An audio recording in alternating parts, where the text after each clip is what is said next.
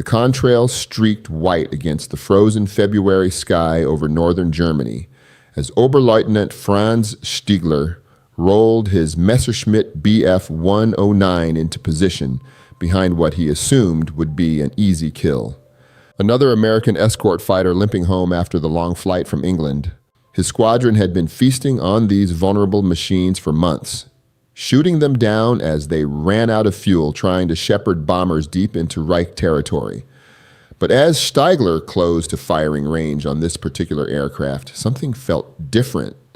The sleek fighter ahead of him didn't have the familiar profile of a P-47 Thunderbolt or the stubby fuselage of a P-38 Lightning. This was something new, something his intelligence briefings had mentioned only in passing. A North American P-51 Mustang. The Luftwaffe pilots had dismissed these aircraft as mediocre performers, nothing to worry about compared to their superior German fighters.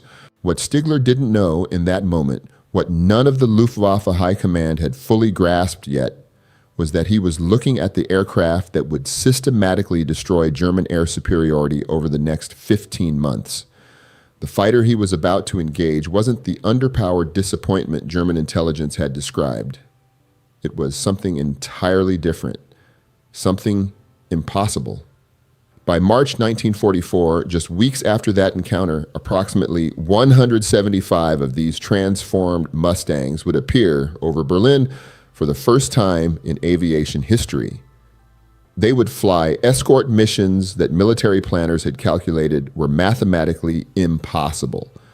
And in doing so, they would turn the tide of the air war over Europe in a way that no single weapon system had achieved before. This is the story of how one aircraft went from being dismissed as a low-altitude disappointment to becoming the weapon that broke the Luftwaffe's back. And it all came down to one critical change that transformed everything about what this fighter could do. Before we continue, I'd love to know where you're watching from and what you know about the P-51 Mustang's role in the European air war. Drop a comment below and let me know if you'd heard about how dramatically this aircraft changed between 1942 and 1944. And if you're enjoying these deep dives into World War II aviation history, hit that subscribe button so you don't miss the next one. These stories take serious research to get the technical details right, and knowing you're out there makes it all worthwhile. To understand the magnitude of what the P-51 Mustang achieved, you need to understand the crisis facing American bomber crews in late 1943. The United States Army Air Forces had committed to a strategy that many considered suicidal. They believed they could defeat Nazi Germany through strategic bombing, striking deep into enemy territory to destroy the industrial capacity that kept the Wehrmacht fighting. This wasn't just a tactical decision. It was a fundamental bet on a new theory of warfare. While the Germans had perfected tactical air power, using their Luftwaffe as mobile artillery to support ground forces, the Americans and British championed strategic bombing. The idea was elegant in its simplicity. Don't just fight the enemy's armies, destroy their ability to wage war by obliterating factories, oil refineries, transportation networks, and the industrial infrastructure that fed military operations. But there was a massive, deadly problem with this strategy. Getting bombers deep into Germany meant flying through hundreds of miles of enemy-controlled airspace defended by the most sophisticated air defense network ever created. The Luftwaffe had thousands of fighters positioned at airfields across occupied Europe, all dedicated to one mission: destroying American bombers before they could reach their targets. In the summer of 1941, when the North American Aviation Company first delivered 2 prototype Mustangs designated XP-51 to the United States Army Air Forces, nobody imagined these aircraft would become the answer to this crisis. In fact, the USAAF didn't even place an immediate order. The initial flight tests showed the aircraft had potential, but it wasn't revolutionary enough to demand urgent procurement.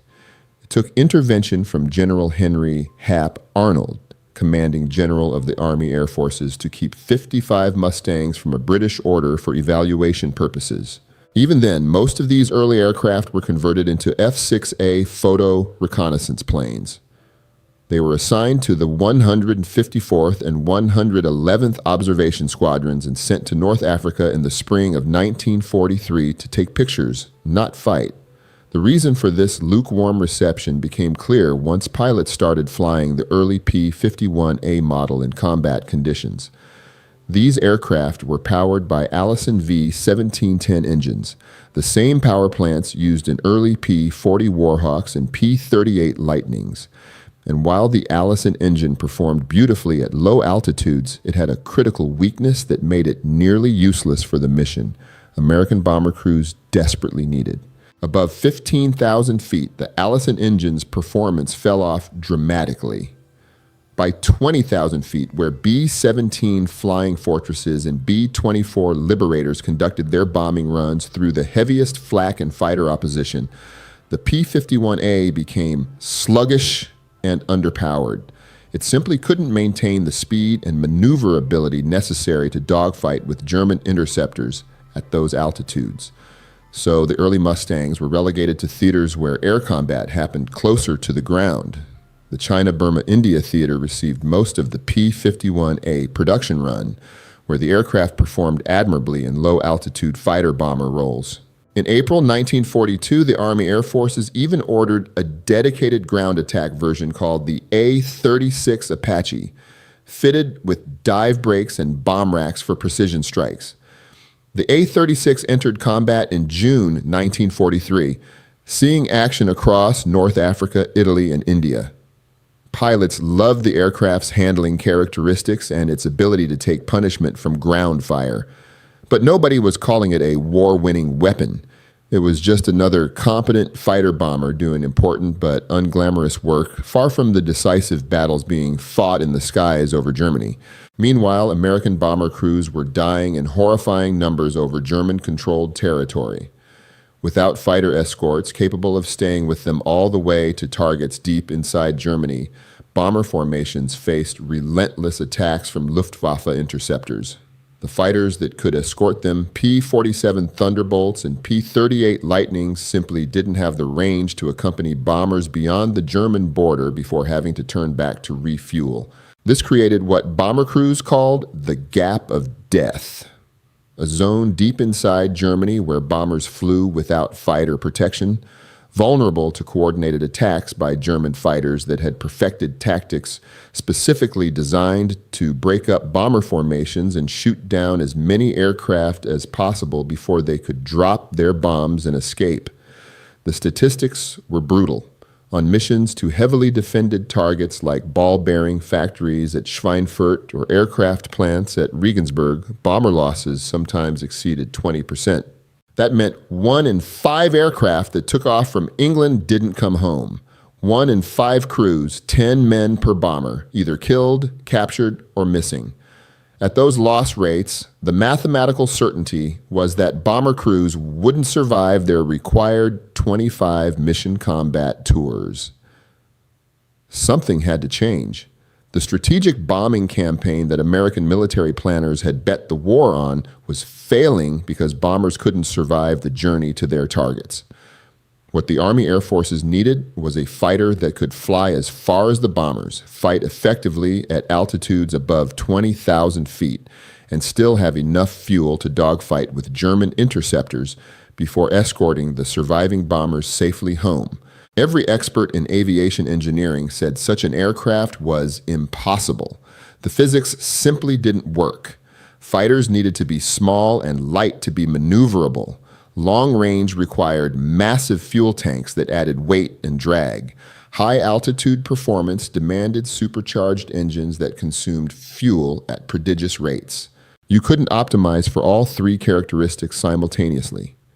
Every design was a compromise, except that in the fall of 1942, engineers working on both sides of the Atlantic were about to prove the experts wrong. And they were going to do it by taking that mediocre P-51A Mustang and making one critical change that would transform it into something unprecedented in aviation history. The breakthrough came from an unlikely partnership between American designers and British engine manufacturers. Rolls-Royce had spent years developing the Merlin engine, the same power plant that had made the Supermarine Spitfire one of the most effective fighters in the Battle of Britain.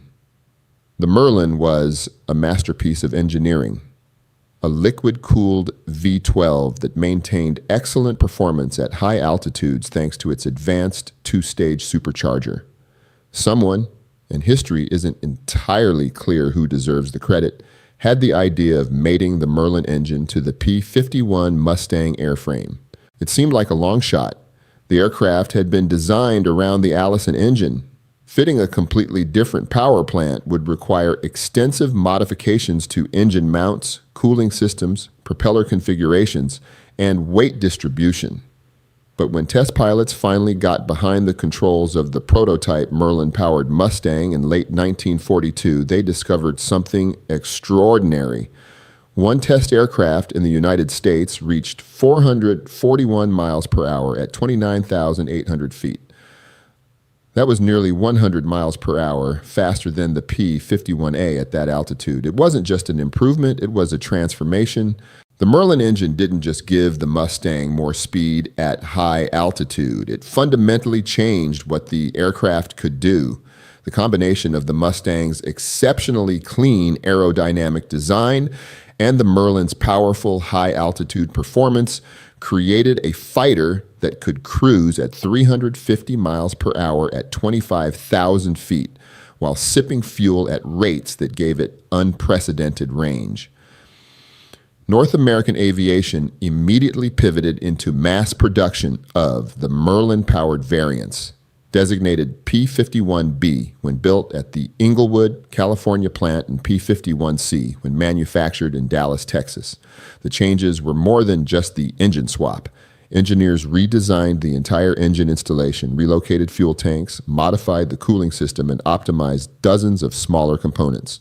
By December 1943, the first P-51B and P-51C Mustangs arrived in England and were assigned to the 354th Fighter Group, which proudly called themselves the Pioneers.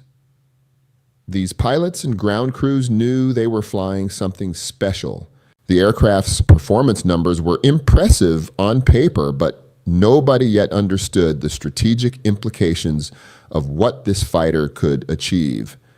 The German Luftwaffe intelligence services had received reports about the new American fighter, but their assessment was dismissive. Yes, the Americans had fitted a British engine to their mediocre, low-altitude fighter. So what? German fighters like the Focke-Wulf FW-190 and the latest Messerschmitt Bf-109G models were proven combat veterans with experienced pilots who had been fighting since 1939. How much difference could one new fighter type really make? They were about to find out. In early 1944, the United States Army Air Forces launched Operation Point Blank, a systematic campaign to destroy Germany's capacity to wage war through strategic bombing.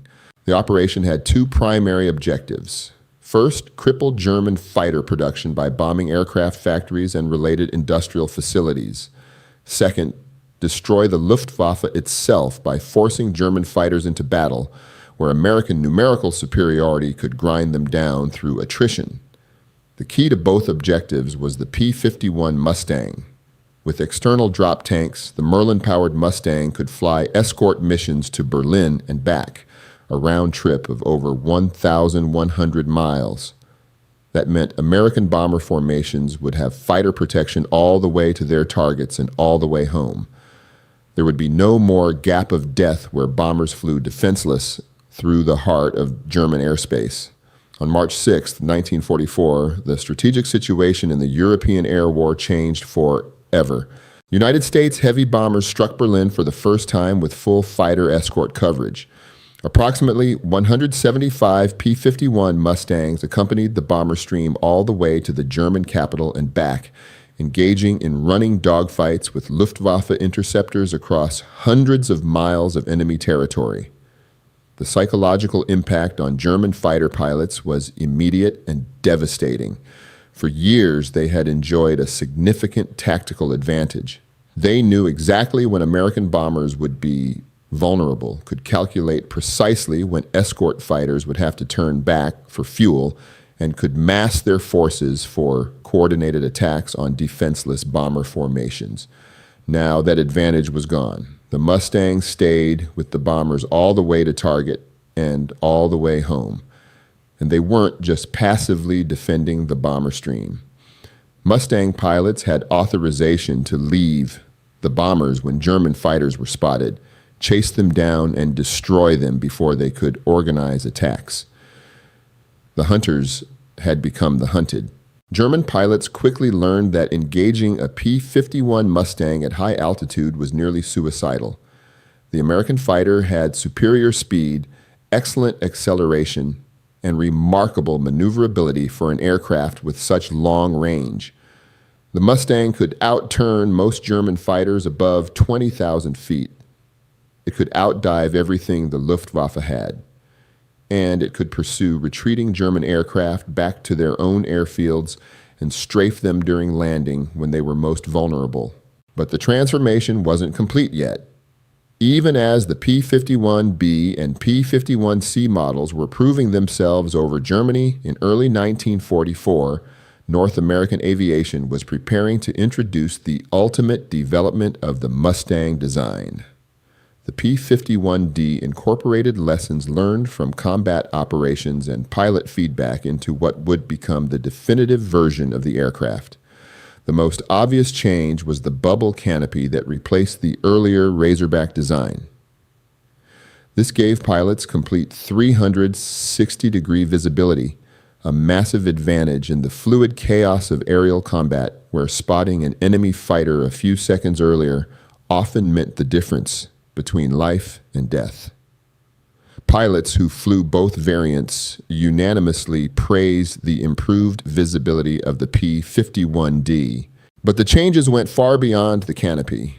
The P-51D carried 6 Browning M 2.50 caliber machine guns instead of the 4 guns mounted in earlier models. These weren't just any machine guns. The Browning .50 caliber was one of the most effective aircraft weapons of World War II, firing armor-piercing incendiary rounds at 750 to 850 rounds per minute, with enough striking power to tear apart aircraft structures and detonate fuel tanks. The increased firepower came with a completely redesigned ammunition feed system that dramatically reduced gun jamming, one of the most frustrating problems pilots had experienced with earlier models. When a Mustang pilot squeezed the trigger in a P-51D, all 6 guns fired reliably, putting a devastating weight of fire onto the target. German pilots quickly learned that even a short burst from a P-51D's guns could be fatal. The P-51D also featured the K-14 gyroscopic gun sight, a sophisticated computing device that helped pilots lead moving targets. The gun sight calculated deflection automatically based on target range and angle, displaying a reticle that showed pilots exactly where to aim to hit a maneuvering enemy aircraft. Combined with the reliable 6-gun armament, this made the P-51D lethal in the hands of even moderately experienced pilots.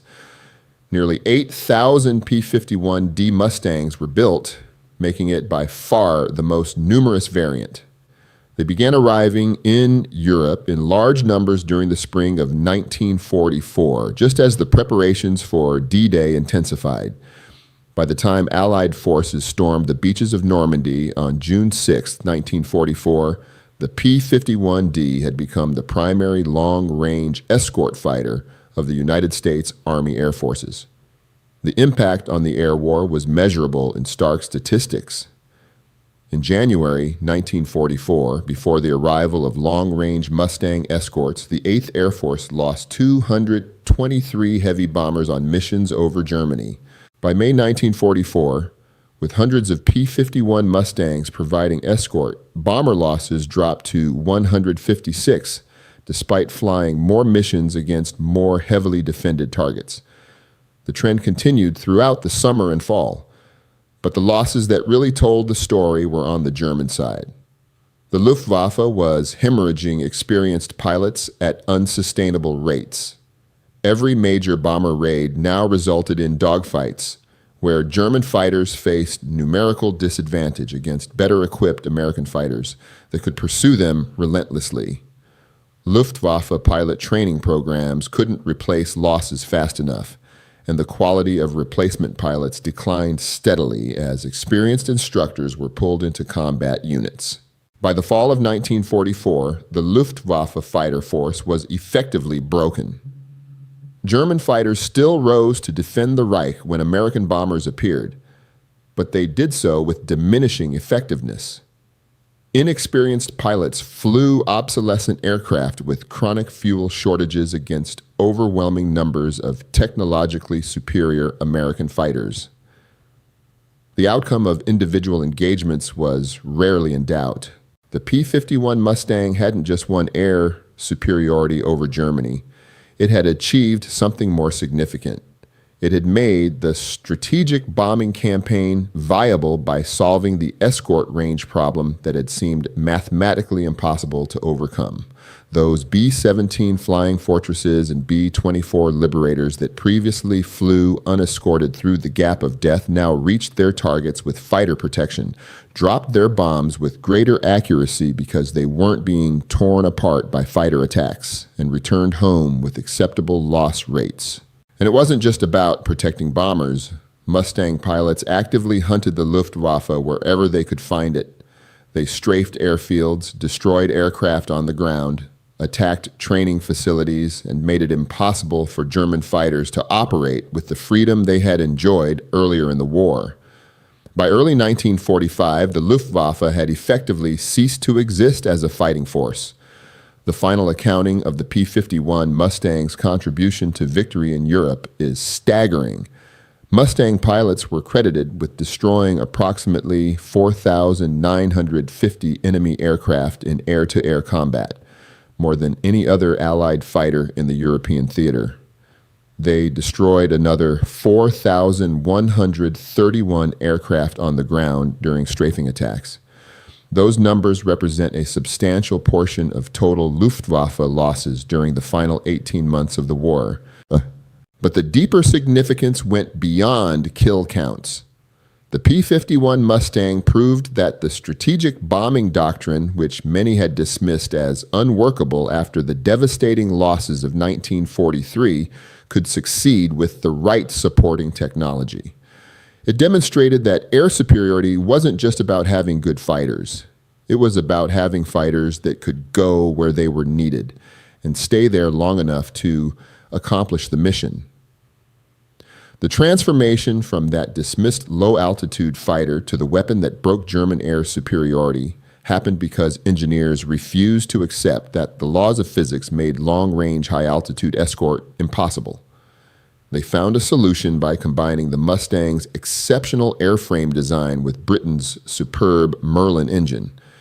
And they proved that sometimes the difference between a mediocre weapon and a war-winning one comes down to one critical change that transforms everything. When Oberleutnant Franz Stigler encountered that lone P-51 Mustang over Germany in February 1944, he was looking at an aircraft that would render his entire way of fighting obsolete within months. The Luftwaffe's tactical advantages, built through years of combat experience, would evaporate as hundreds and then thousands of these transformed fighters filled the skies over Europe. The hunters would become the hunted, and there would be nowhere left to hide. Today, the P-51 Mustang stands as perhaps the most iconic fighter aircraft of World War II, recognized instantly by aviation enthusiasts and historians worldwide. Its polished aluminum skin, bubble canopy, and distinctive profile represent not just technological achievement, but a turning point in military aviation history. Museums preserve these aircraft as flying monuments to the men who flew them and the engineers who created them. But the real legacy of the P-51 Mustang isn't in museums or air show performances. It's in the fundamental lesson the aircraft taught about warfare, technology, and the importance of solving the right problem. American military planners had committed to strategic bombing as their primary contribution to defeating Nazi Germany. When that strategy failed due to unsustainable bomber losses, they didn't abandon the approach. They identified the critical problem, escort range, and they solved it. The P-51 Mustang didn't win World War II by itself. No single weapon system does that. But it made victory possible by enabling the strategic bombing campaign that destroyed Germany's capacity to continue fighting. It gave American bombers the protection they needed to reach targets deep inside Germany and return home. It forced the Luftwaffe into a battle of attrition they couldn't win. And it demonstrated that sometimes the difference between defeat and victory comes down to recognizing what needs to change and having the courage to make it happen. Those German pilots who dismissed the early P-51A as just another mediocre American fighter weren't wrong based on the evidence available to them. The Allison-powered Mustang was indeed limited to low-altitude operations, but they failed to imagine that American and British engineers would transform that aircraft into something unprecedented.